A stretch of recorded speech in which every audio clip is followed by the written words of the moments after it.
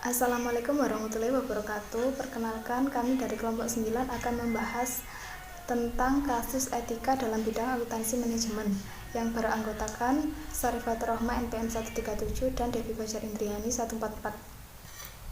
Poin-poin yang kita bahas yakni yang pertama etika dalam akuntansi manajemen, yang kedua etika profesional akuntan manajemen, yang ketiga creative accounting, yang keempat whistleblowing, yang kelima fraud auditing, yang keenam yaitu kasus mengenai pelanggaran etika dalam akuntansi manajemen. Etika dalam akuntansi manajemen. Akuntansi manajemen adalah disiplin ilmu yang berkenaan dengan penggunaan informasi akuntansi oleh para manajemen dan pihak-pihak internal lainnya untuk keperluan penghitungan biaya produk, perencanaan, pengendalian, dan evaluasi, serta pengambilan keputusan. Etika dalam akuntansi manajemen terdiri dari perencanaan, yaitu menyusun dan berpartisipasi dalam mengembangkan sistem perencanaan, menyusun sasaran-sasaran yang diharapkan, dan memilih cara-cara yang tepat untuk memonitor arah kemajuan dalam pencapaian sasaran. Yang kedua, pengevaluasian, yaitu mempertimbangkan implikasi-implikasi historikal dan kejadian-kejadian yang diharapkan, serta membantu memilih cara terbaik untuk bertindak. Yang ketiga, pengendalian, yaitu menjamin integritas informasi finansial yang berhubungan dengan aktivitas organisasi dan sumber-sumbernya, memonitor dan mengukur prestasi, dan mengadakan tindakan koreksi yang diperlukan untuk mengembalikan kegiatan pada cara-cara yang diharapkan. Yang keempat, yaitu menjamin pertanggungjawaban sumber, yaitu mengimplementasikan suatu sistem pelaporan yang disesuaikan dengan pusat-pusat pertanggungjawaban dalam suatu organisasi sehingga sistem pelaporan tersebut dapat memberikan kontribusi kepada efektivitas penggunaan sumber daya dan pengukuran prestasi manajemen. Yang kelima, pelaporan eksternal, yaitu ikut berpartisipasi dalam proses mengembangkan prinsip-prinsip akuntansi yang mendasari pelaporan eksternal.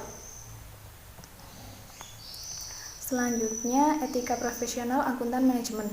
Yang pertama, kompetensi, yaitu akuntan harus memelihara pengetahuan dan keahlian yang sepantasnya, mengikuti hukum, peraturan, dan standar teknis, dan membuat laporan yang jelas dan lengkap berdasarkan informasi yang dapat dipercaya dan relevan. Selanjutnya, kerahasiaan, yaitu berarti harus dapat menghormati dan menghargai kerahasiaan informasi yang diperoleh dari pekerjaan dan hubungan profesionalnya. Di antaranya meliputi menahan diri supaya tidak menyingkap informasi rahasia, menginformasikan pada bawahan dengan memperhatikan kerahasiaan informasi, menahan diri dari penggunaan informasi rahasia yang diperoleh. Selanjutnya, integritas. Integritas adalah perlindungan terhadap sistem dari perubahan yang tidak terotorisasi, baik secara sengaja maupun secara tidak sengaja, mengharuskan untuk menghindari konflik of interest, menghindari kegiatan yang dapat menimbulkan prasangka terhadap kemampuan mereka dalam menjunjung etika. Selanjutnya, objektivitas, mengharuskan para akuntan untuk mengkomunikasikan informasi secara wajar dan objektif, mengungkapkan secara penuh semua informasi relevan yang diharapkan dapat mempengaruhi pemahaman user terhadap laporan, komentar, dan rekomendasi yang ditampilkan. Creative accounting. Creative accounting adalah praktek akuntansi yang mengikuti peraturan dan undang-undang yang diperlukan, tetapi menyimpang dari standar apa yang mereka berniat untuk menyelesaikan. Akuntansi kreatif memanfaatkan pada celah di standar akuntansi untuk memerankan prasacitra yang lebih baik perusahaan. Selanjutnya, whistleblowing. Whistleblowing merupakan tindakan yang dilakukan seorang atau beberapa karyawan untuk membocorkan kecurangan perusahaan kepada pihak lain.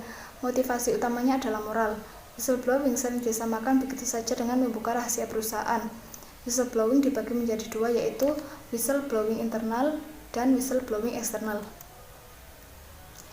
Fraud auditing.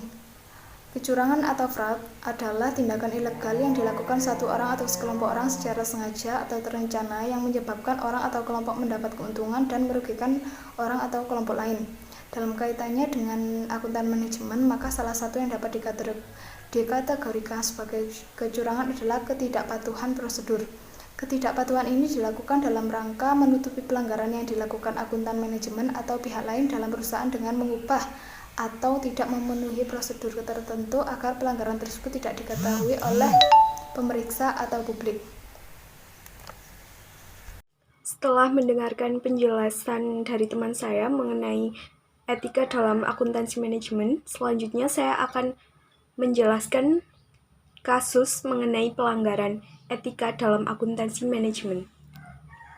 Di sini saya mengambil contoh dari fraud atau kecurangan yang terjadi pada laporan keuangan Toshiba. Terbongkarnya kasus ini diawali saat audit dari pihak ketiga melakukan suatu investigasi internal terhadap keuangan perusahaan. Berdasarkan informasi tersebut, diketahui bahwa manajemen perusahaan menetapkan target yang sangat tidak realistis, sehingga saat target tersebut tidak tercapai, pemimpin divisi terpaksa harus melakukan kebohongan, yaitu dengan memanipulasi data laporan keuangan. Kasus ini bermula atas inisiatif dari pemerintahan Perdana Menteri Abe yang mendorong transparansi yang lebih besar di perusahaan-perusahaan Jepang untuk menarik lebih banyak investasi asing. Atas saran pemerintah tersebut, Toshiba menyewa panel independen yang terdiri dari para akuntan dan pengacara untuk menyelidiki masalah transparansi di perusahaannya. Betapa mengejutkannya bahwa dalam laporan 300 halaman yang diterbitkan panel independen tersebut mengatakan bahwa 3 direksi telah berperan aktif dalam menggelembungkan laba usaha Toshiba sebesar 151,8 miliar atau setara dengan 15,85 triliun sejak tahun 2008. Kemudian saham Toshiba turun sekitar 20% sejak awal April ketika isu akuntansi ini terungkap. Nilai pasar perusahaan ini hilang sekitar 1,67 triliun atau setara dengan 174 triliun. Toshiba ini memiliki budaya perusahaan yang menuntut kepatuhan terhadap atasan, dan hal ini merupakan faktor penting yang menghasilkan praktek manipulasi pada laporan keuangan. Selain itu, investigasi juga menunjukkan masalah internal sehingga Toshiba gagal untuk mencegah tanda-tanda yang dapat merugikan perusahaan. Meskipun pemimpin manajemen Toshiba telah berupaya keras untuk memulihkan kondisi perusahaannya, namun hingga awal 2017, Toshiba ini masih dalam proses bangkit dari dampak buruk skandal yang terjadi pada tahun 2015. Permasalahan-permasalahan yang telah dilanggar oleh para eksekutif Toshiba, yang pertama yaitu kepentingan publik. Dalam hal ini, akuntan Toshiba telah mengorbankan kepentingan publik demi kepentingan mereka semata. Dengan melakukan kesalahan penyajian pada laporan keuangan tersebut, dapat menyebabkan pengambilan keputusan yang salah bagi para investor. Yang kedua, integritas. Integritas ini mengharuskan seorang anggota untuk bersikap jujur dan berterus terang tanpa harus mengorbankan rahasia penerima jasa. Toshiba ini terbukti tidak jujur dalam menyusun laporan keuangan mereka, sehingga mereka telah melanggar prinsip kode etik akuntansi. Integritas dapat menerima kesalahan yang tidak disengaja dan perbedaan pendapat yang jujur, tetapi tidak bisa menerima kecurangan atau peniadaan prinsip. Yang ketiga yaitu objektivitas. Dalam hal ini, akuntan Toshiba tidak menunjukkan objektivitasnya. Hal ini dibuktikan dalam penyusunan laporan keuangan.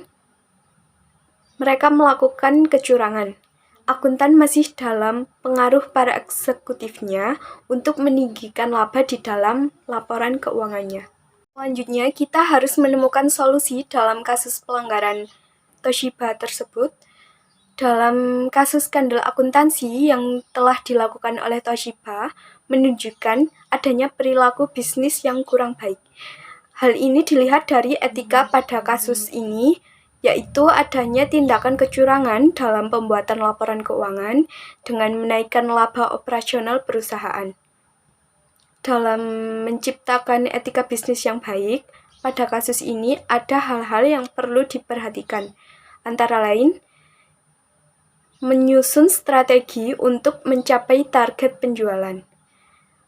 Sebaiknya, perusahaan tidak menargetkan penjualan yang terlalu tinggi atau yang sangat tidak realistis agar dapat melakukan laporan keuangan yang seadanya. dengan tidak melebih-lebihkan. Kemudian, perusahaan harus memperbaiki budaya. Dan yang terakhir yaitu membangun independensi auditor internal yang baik. Sekian presentasi dari kelompok kami, kurang lebihnya mohon maaf. Wassalamualaikum warahmatullahi wabarakatuh.